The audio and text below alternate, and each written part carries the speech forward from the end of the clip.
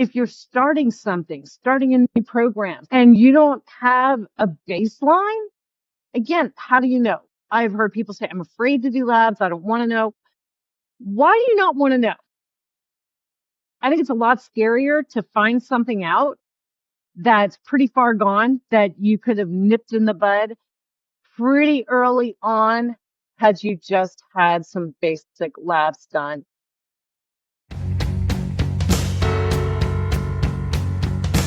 Welcome to the Everyday Epigenetics Raw, Real, Relatable podcast. I'm your host, Susan Robbins, epigenetic human performance coach. This is where we discuss all things lifestyle, environment, food, exercise, work, mind, and social interaction as they pertain to epigenetic expression in a way that's relatable to everyone. So if you're ready to start viewing you as an individual, take control of your life and health, and get results, buckle up, here we go.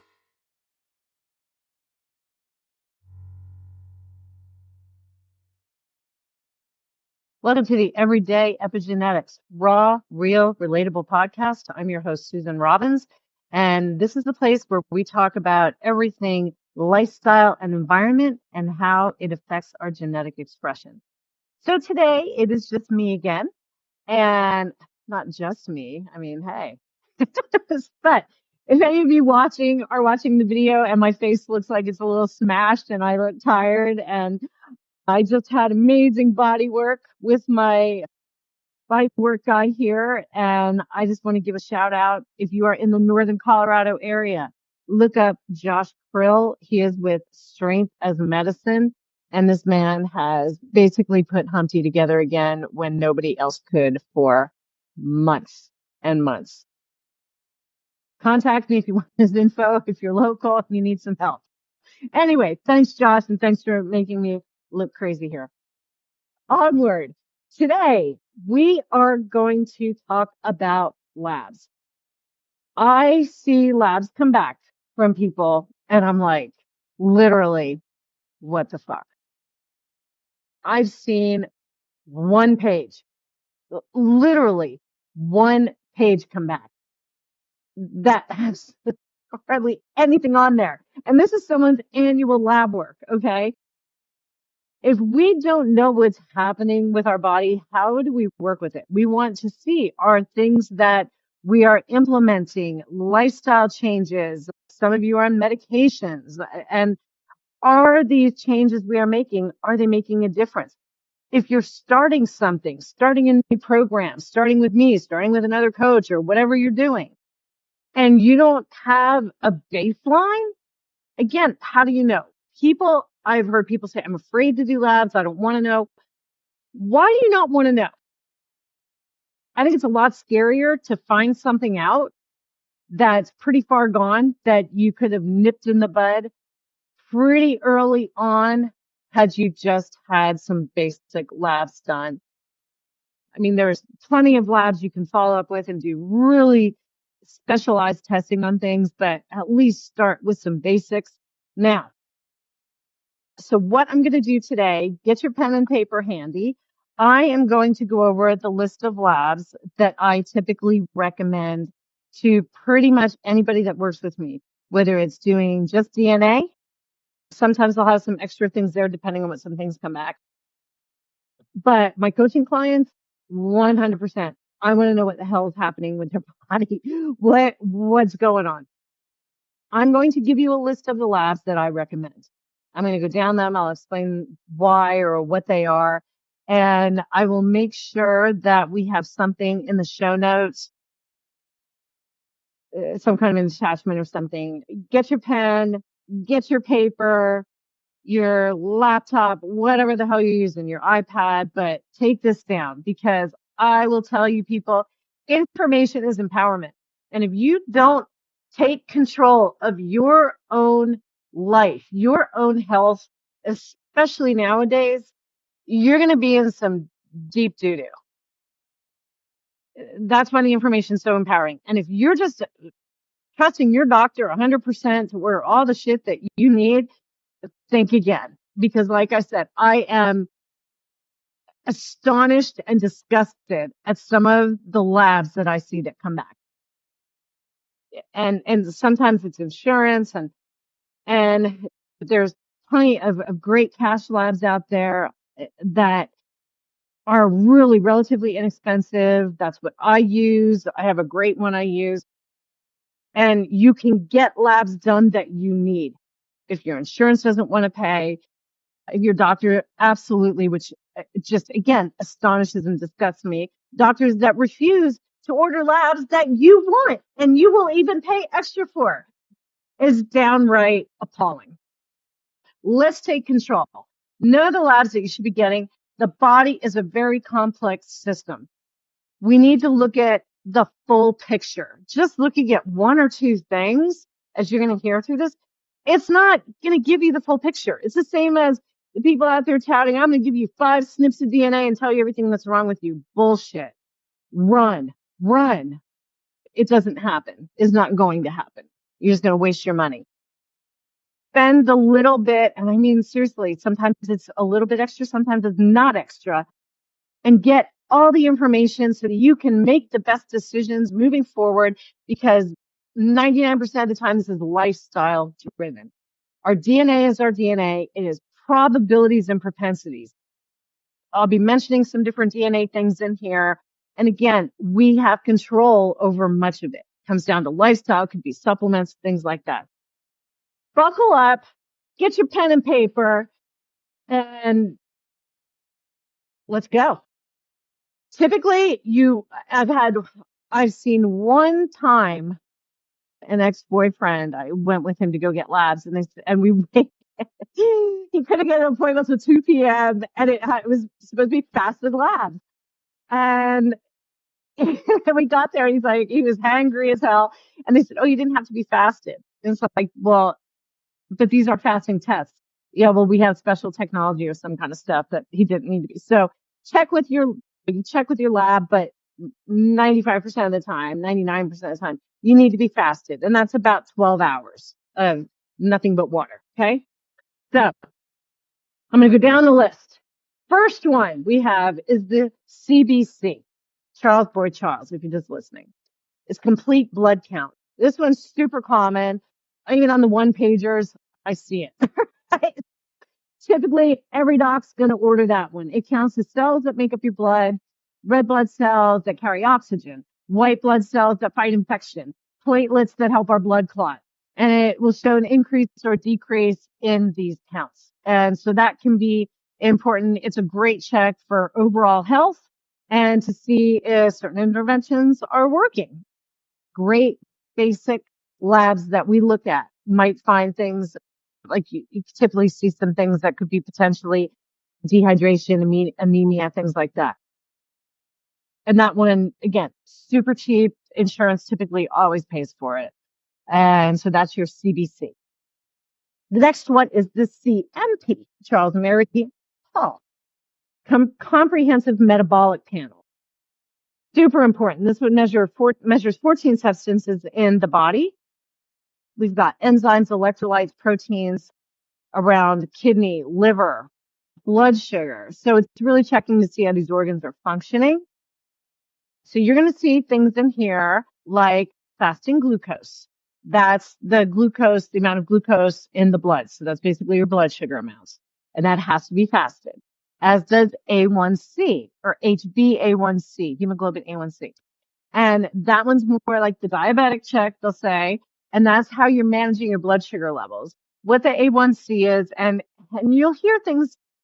I hear things like A1C not that important. And I have other people that swear by A1C. I just say, get it checked. It's a marker to have, super cheap. And it's a 3-month average of blood sugar levels, how you manage it. Super important. What you don't typically see ordered, and here's what I'm going to start talking about some add-ons here of basic panels, is you're not going to see insulin. And you have to request that one. And I highly recommend, this is the ones I recommend, to request insulin. This is a key hormone in stabilizing your glucose. And like I said, most docs don't test it. You'll hear some people say, well, it's not a great test or it's not reliable. Well, I call bullshit.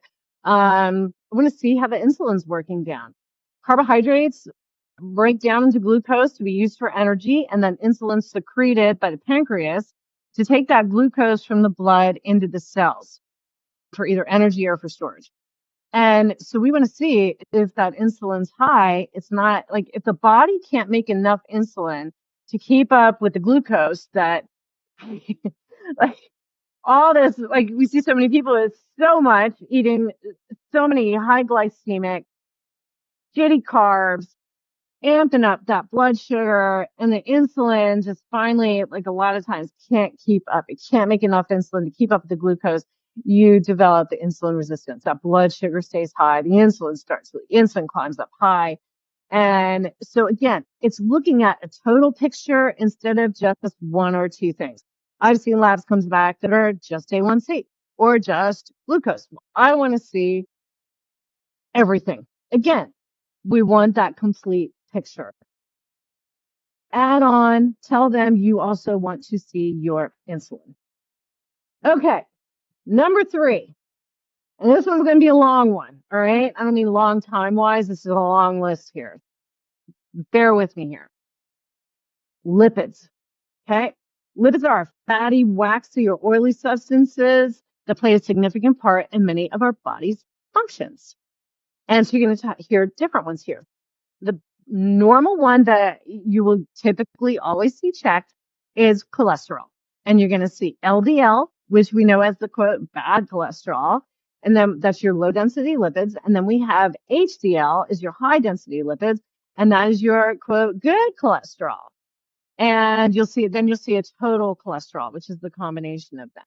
And cholesterol, people get so freaked out. Like, oh my God, my cholesterol is like 2 points higher than the range. And we need cholesterol. We need cholesterol to feed our hormones. It's a building block in all cell membranes. We need it to build our cells. We need it for hormone production and repair. Okay. Cholesterol is very important. What we don't want is very high cholesterol. That increases risk. Okay. For cardiovascular issues, plaque buildup.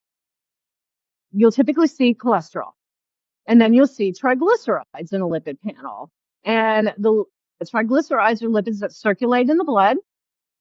When they are high, that is an increased cardiovascular risk. And it comes from foods, but not just foods. If you're a big drinker, check those triglycerides. I've seen triglyceride levels in the 2s and 300s. I mean, you want it to be under 150. Ideally, we like a lot lower than that, but like that's the basic cutoff. And I've seen the 2s, 3s, 400s from alcohol. Like that's, again, alcohol, poison, people. I'm going to preach this every freaking day. Anyway, some of you are learning now, and I salute and congratulate you. So triglycerides will be in there. And that's important. Also, DNA wise, when I do DNA testing, or if you've had DNA testing done, you're going to see some specific DNA SNPs where certain things can increase potentially risk for cardiovascular, risk for blood sugar, diabetes, type 2 diabetes, all of these things with certain foods and lifestyle that we bring in. So again, it's good to see if what you're doing is making a difference. So they're the basic ones you're going to see. Okay. Now, the reason I'm going to have this list of add-ons under lipids is because, I used to do really good detective work because shit never is the way it seems on the outside, right? Like what is not necessarily what actually is there. And in my case, for example, I was told, hey, your LDL or your HDL, the good cholesterol, that looks really good. Your LDL is not too high. I mean, it looks good, right? Had I not further tested, I would not have seen that I was actually at very high risk, which is genetic propensities for me with several different DNA SNPs. But I was in a very high risk for cardiovascular disease. And expressing in these labs. And it was freaked me the hell out. So I had to tweak some things a little bit more. and take some things a little more seriously that I didn't think were a big deal, like my saturated fat intake. And that was due to deeper dive. I have a client and she's been told, and she's in the medical field, and her docs have been telling her, oh my God, because she had pretty high, it was 70s or 80s HDL, the good cholesterol again. And they're saying, oh, don't worry about the other because your HDL is so high, it's super protective. It's supposed to be protective. Well, when she started working with me, I said, here's the labs that I recommend. And she had some things where there were some genetic propensities there. And I'm like, regardless, I always dig deeper anyway, just peace of mind, right? And oh my God, thank God we did, because it started, so many things that were going on with her started making sense. And she is now seeing a cardiologist trying to figure out what the hell is happening here, because like things stayed the way they were for years because no one ever dug deeper and just said, let's just see and take a look. And there's family history. So again, don't rely on things that are just as they seem on the outside, right? You can have a person that looks perfectly healthy. You don't know what's going on inside their body, right? You would look at me and said, oh, she's in great shape and not overweight or anything. And here I was, like probably a walking time bomb. Okay. So here are the extras under the lipids that I always, always, always recommend. Number one is when it comes to the cholesterol, it's lipoprotein fractionation, or NMR, like Nora Michael Robert. And what this does is it's nuclear magnetic resonance. This is still a blood test, and it's actually pretty cheap. And what this does is look at the particle sizes of the LDL and HDLs. It gives us better insights to cardiovascular disease risk, like it did with me, like it did with my client, heart disease. And like I said, if you already know your increased risk, you definitely want to do this. But I say check it anyway. All my people always recommend. But especially if I see DNA risks with ApoE, just like I said, any issues with saturated fats, things like that, I will tend to make sure that I stress this big time, because I will see some trends with some genotypes. So we want the LDL particles to be bigger, because when they're smaller, it's easier to penetrate the cells. And the LDL is what we don't want to build up. Okay, that's the potential plaque buildup. And the HDL, we want the smaller particles of the HDL so it can penetrate the cells better. Okay, so bigger LDL, smaller HDL, super important test. Second one is LPA. It's an L and a P, and the A is in parentheses, little a.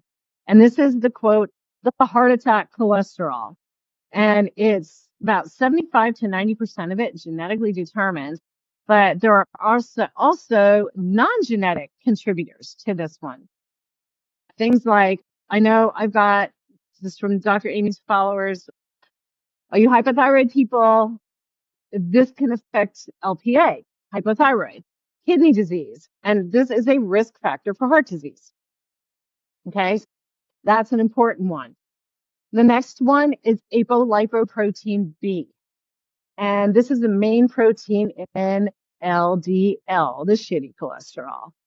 It's a big risk factor for cardiovascular disease and heart risk.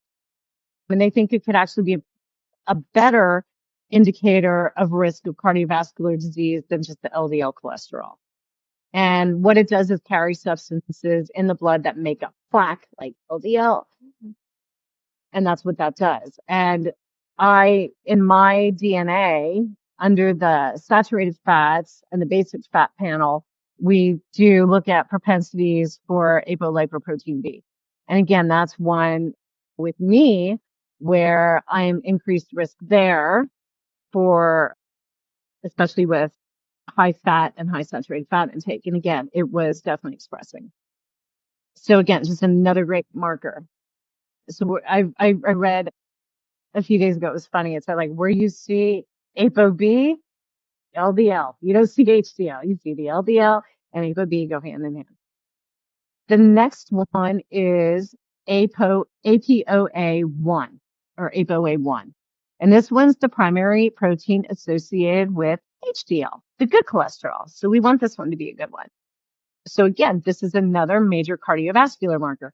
And on some labs, you'll see there'll be a ratio between the two, or it's just a correlation between the two that they'll make out and give you a risk factor for the cardiovascular disease. And that's one that came up on my clients.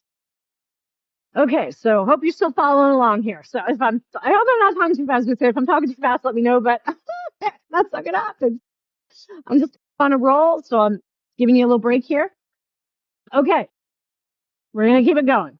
The next one under lipids is your omega-6 to omega-3 ratio. These are your fatty acids, omega-6 and omega-3 fatty acids. And this is a really important overall determinator of overall health. And I can tell you how often I see this tested. Oh yeah, like never. Actually, I had a PCP here back 4 years ago, and he actually tested it. And I was shocked because he sees the importance of this. But we almost never see this tested. It's not one of the cheaper ones. Typically, insurance will cover it. I want to say it's like maybe in a cash lab might be like 60, $70, but holy shit, is it worth it? Again, think of where you're spending your money. Maybe don't have those margaritas this weekend and get your friggin' blood test done, right? Okay. It measures the levels of these fatty acids in the blood, and basically it's seeing how your diet is affecting the brain, the heart, inflammation. Okay. And that's where your impacts are going to be. Cardiovascular health, cognitive function, inflammation.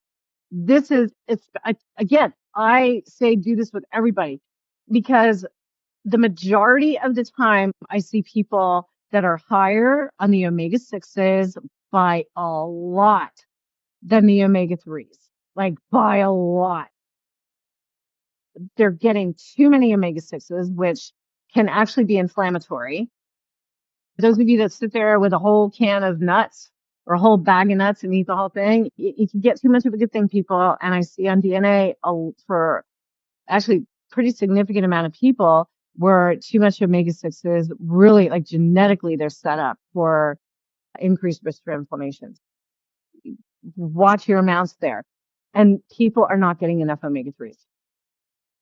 I love getting people on a good omega-3 supplement to help catch that up. But eating seafood, most people don't eat much fish. I can tell you my ratio, because I was just all meat and I have salmon every once in a while. Love it. I eat fish now about 6 nights a week. I love salmon for breakfast, and my omegas definitely are in a good range. Plus I do my fish oil, but again, super, super important. The omegas and fatty fish, especially if you're an ApoE4. So really important to see where these numbers are. We just are so out of balance with the shit that we eat, eating too much of the stuff that causes inflammation and not enough of the anti-inflammatory. And omega-3s are so anti-inflammatory. There's your difference between your grain-fed beef and your grass-fed. Your grass-fed is omega-6s, or omega-3s, your grain-fed's omega-6s. We are what you eat, right? So is the cow. Eat the grass-fed, grass-finished. So this is also a super, super awesome marker, especially if you have a lot of inflammation going on, if you have autoimmune, if you're cardiovascular disease risk, ADHD, autism, depression, or you just want a good guideline with dietary stuff, right? Again, this is why coaching is important, even with me, using my PH360, which is my user manual, great food list, and the DNA. We still, like, when you can look at a person and see these labs and how all this correlates, you can dial somebody in so much faster and so incredibly well. So it matters. All right. And then when that ratio and your numbers are optimal there, you've got more control of inflammation, your homeostasis, which is the balance between cell and tissue. So it's balance of cell and tissue development, basically a stable internal state. Okay. So like all good stuff there. Test it. Next one, iron panel. Your typical iron panel is going to be serum iron, which is bound to transferrin. And that you'll see sometimes you see transferrin, but usually TIBC, which is total iron binding capacity. And then you see iron saturation, which is a percentage. Okay, great info to have. However, most of the iron panels that I see do not contain ferritin. Hugely important. It is not automatic. I've done it myself where I put in do an iron panel for me, and I'm like, where the frig is the ferritin? And it ain't there. Then you need to go get another blood draw. So who the hell wants to keep going and getting stabbed, right? The ferritin is your iron stores, and you really need to get a good look at both of them for really good diagnosing of any deficiencies there. I like to state, and I need to also state, and I'm going to say at the end, I am not a practitioner. I don't diagnose, treat, or cure any illness or disease, right?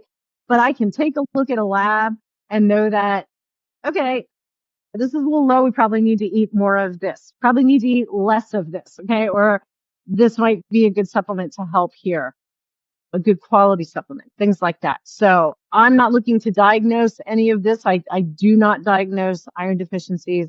That's out of my scope of practice as a coach. If you have a coach doing that, that's probably out of their scope.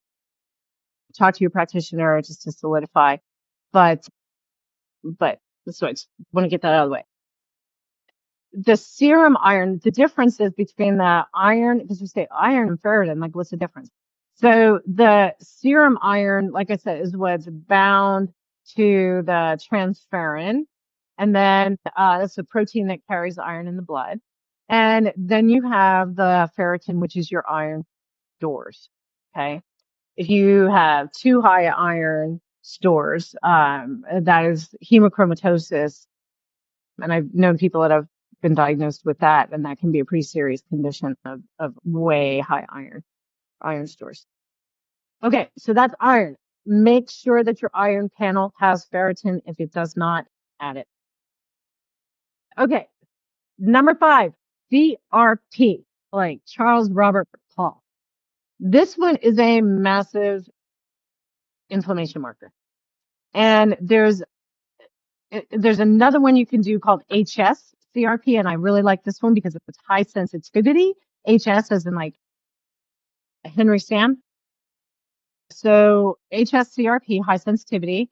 And again, this is a great marker for coronary artery disease, inflammation.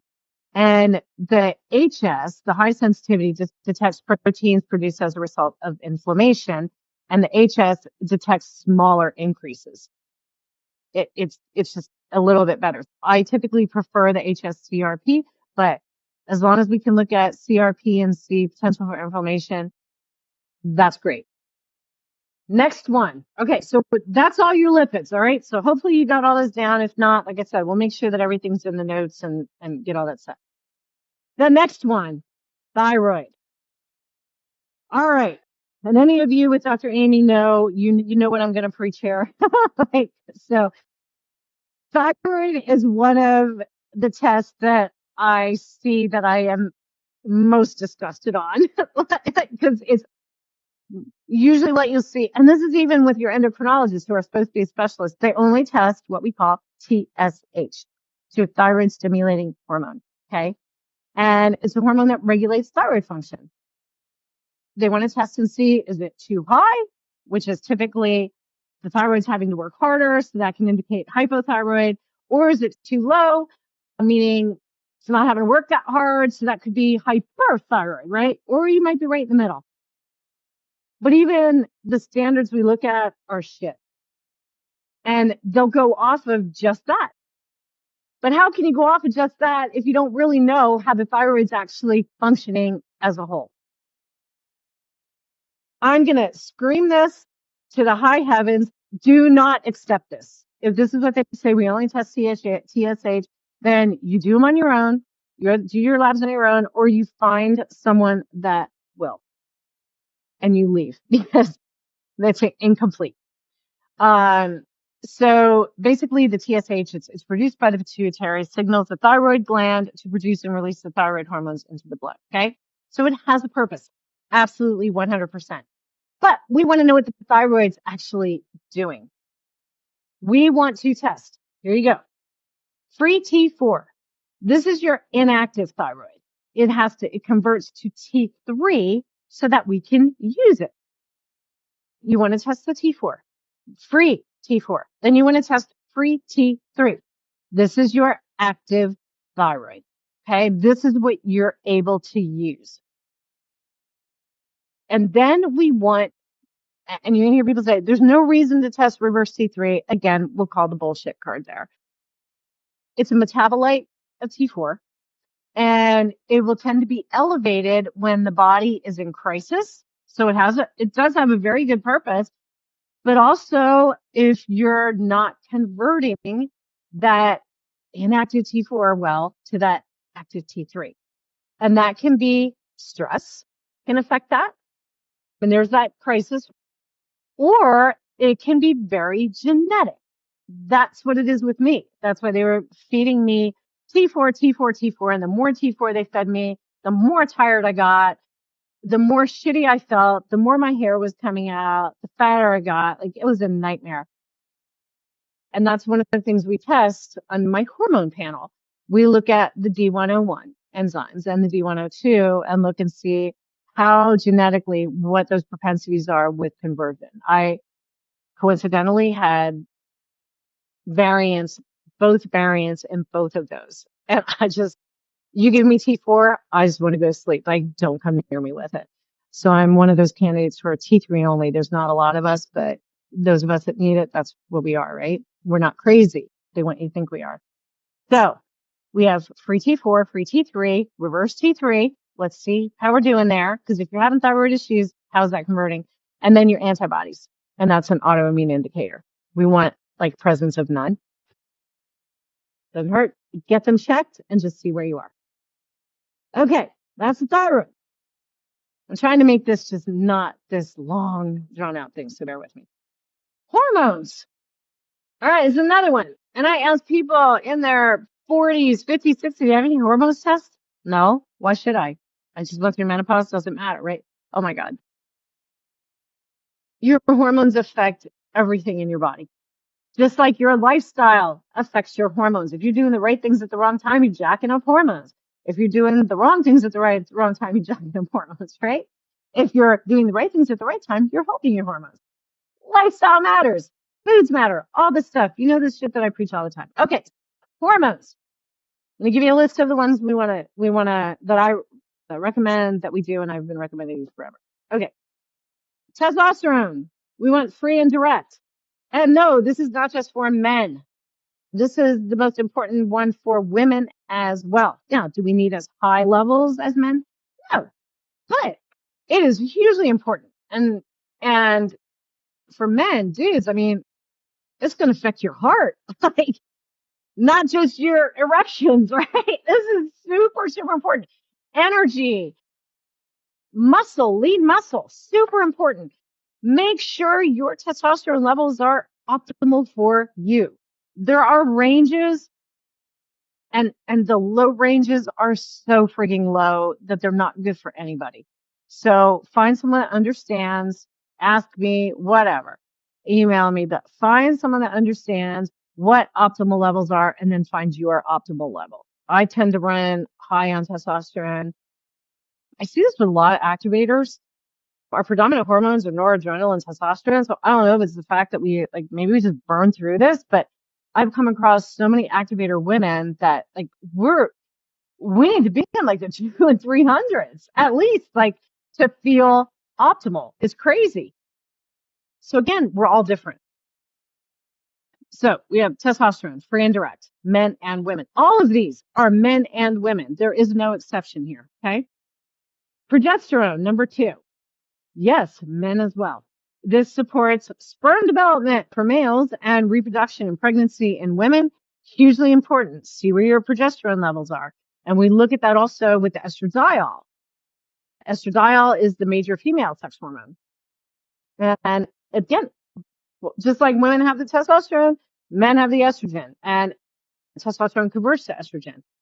We all convert differently. Some have increased conversion, some have decreased, some are pretty normal. So that can affect levels. We want to look at all this.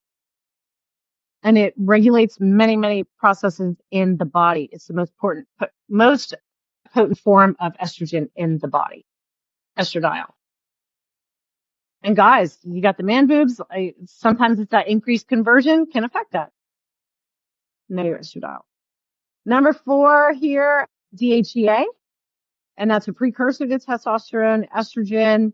And so see what the DHEA levels are. The next one is SHBG, which is sex hormone binding globulin. And this is the protein that binds to testosterone, estradiol.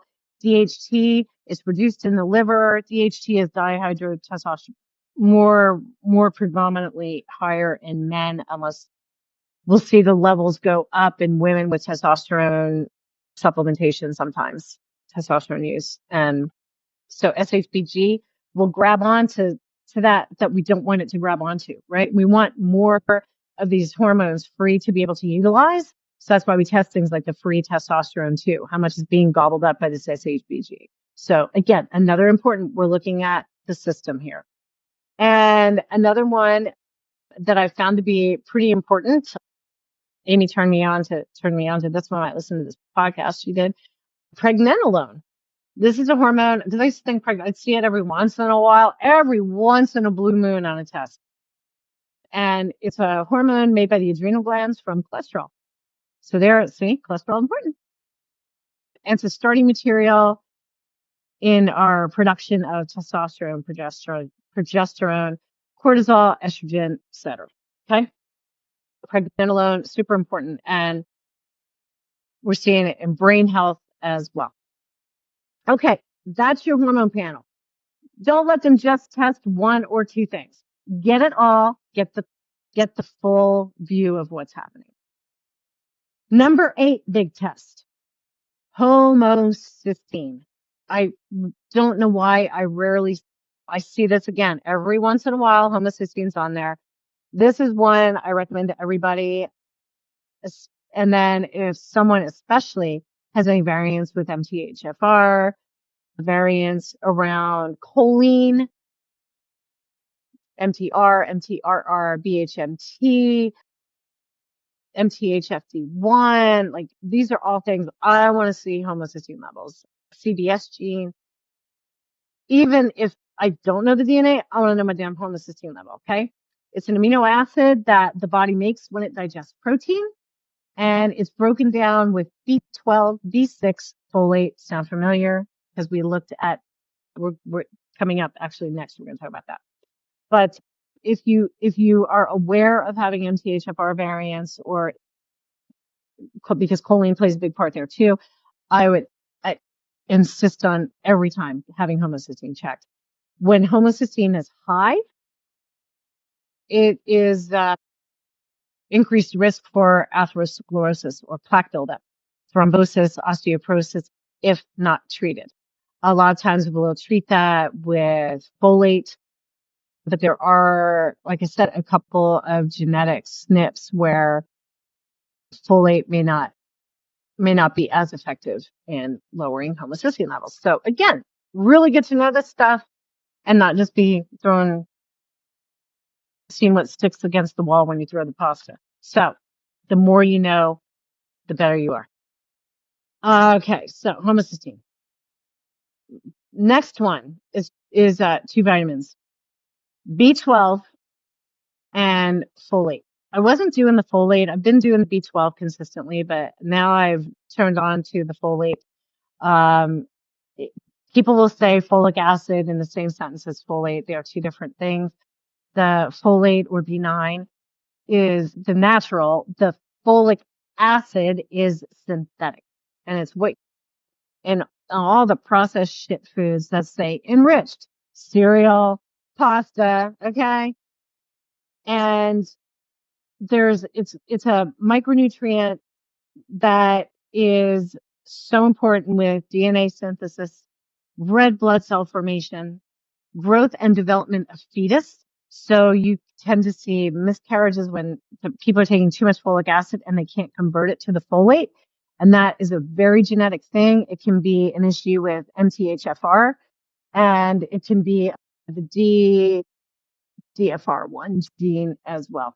DHFR. It's been a long day. I'm recording this at night, so bear with me. I'm going to have her edit it. This is what it is. DHFR. That converts as well. Really, really important to understand your genetics. And if you are in childbearing and looking to have children in the childbearing years, I would suggest knowing this stuff. MTHFR variants, they can cause an increased need. Even if someone comes up with MTHFR, the 677T is the GG, 1298C is the TT, that's 100% of enzymatic activity. That actually, because that activity is so high, it actually increases need for folate. And people don't realize that you might need some supplementation there. So folate, very important. All right. And B12.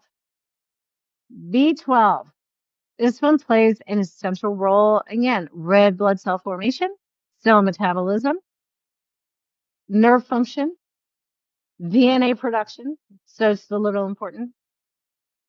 If you are any of these things, you absolutely 100% want to make sure you test this along with the iron. It's most important. If you're vegetarian or vegan, because you're not going to get it from vegetable sources, plant sources. So a lot of times, if there's a vegetarian or vegan that is not supplementing with vitamin B12, they're going to have low levels, and that can be very, very dangerous. So really important to keep those levels up there. And digestion or absorption issues can be problematic for B12. And if you are what we call a secretor of B12, if you've done DNA testing with me, or you've seen it on another test, it's the FUT2 genes. Secretors tend to have more diverse gut microbiome, but they don't tend to absorb B12 as well. So, all right. I can take a breather now. It only took 42 minutes. And here I told my editor, I'm like, this is going to be super quick. She's going to kill me. Anyway, so that's it. And I think it's a pretty damn comprehensive list that is going to make a big difference in you understanding what is happening with your body. Get these tested every 6 months to a year. Absolutely. Some of them you could do more frequently. Like I said, if you're working with a practitioner, I know with Dr. Amy's people, we like to see, or the practitioners like to see 12-week when bringing on meds for thyroid, things like that. When you work with your practitioners, you can come up with the right tests for you guys. However, take control and make sure that at least once or twice a year, you're getting this list done. And if you're starting something new, get your baseline and then test again a year later.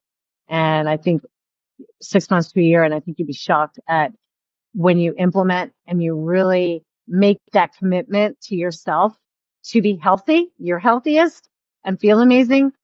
It's going to show. It's going to show in your labs. So it's a really cool thing to see. So again, you need to be your best advocate for your health. No one's going to do it for you. Okay. Least of all, the medical community. My coaching clients and my DNA people all know this. It's your health. It's your life. The more you know, the more empowered you are. If there's any way I can help, if you're interested in working with me at all, just reach out. All my contact information is in the show notes. Share this with anybody that you think could benefit from this podcast today, that needs to know their labs, if they're going to be getting labs soon. You want to make sure that they have all the right stuff to help them. Share this podcast. And as always, if you guys have any suggestions for things you'd like to see on this podcast, you'd like to hear, any topics, questions you have. I'd love to do a Q&A. Just go down a bunch of questions, answer a bunch of questions people have. Just shoot us an email and I'd be happy to do that, or message me on Facebook or Instagram. And it's a team effort here, people. I'm trying to put out great information to help you live better lives and understand yourselves. I'm here to work with you. This is not about me. Okay. That being said, get out there, make it a fantastic day, and be your most authentic selves. Have a great one. Thank you for tuning into my podcast. If you enjoyed this week's episode, I'd love for you to share it with someone who'd find the information useful. Please leave a review anywhere you listen to podcasts, and it'll help the information get out to others. If you're interested in seeing if we're a great fit to work together, the link is in the show notes below, where you can sign up for a free consultation with me. So go make it a great day and let your authentic self shine.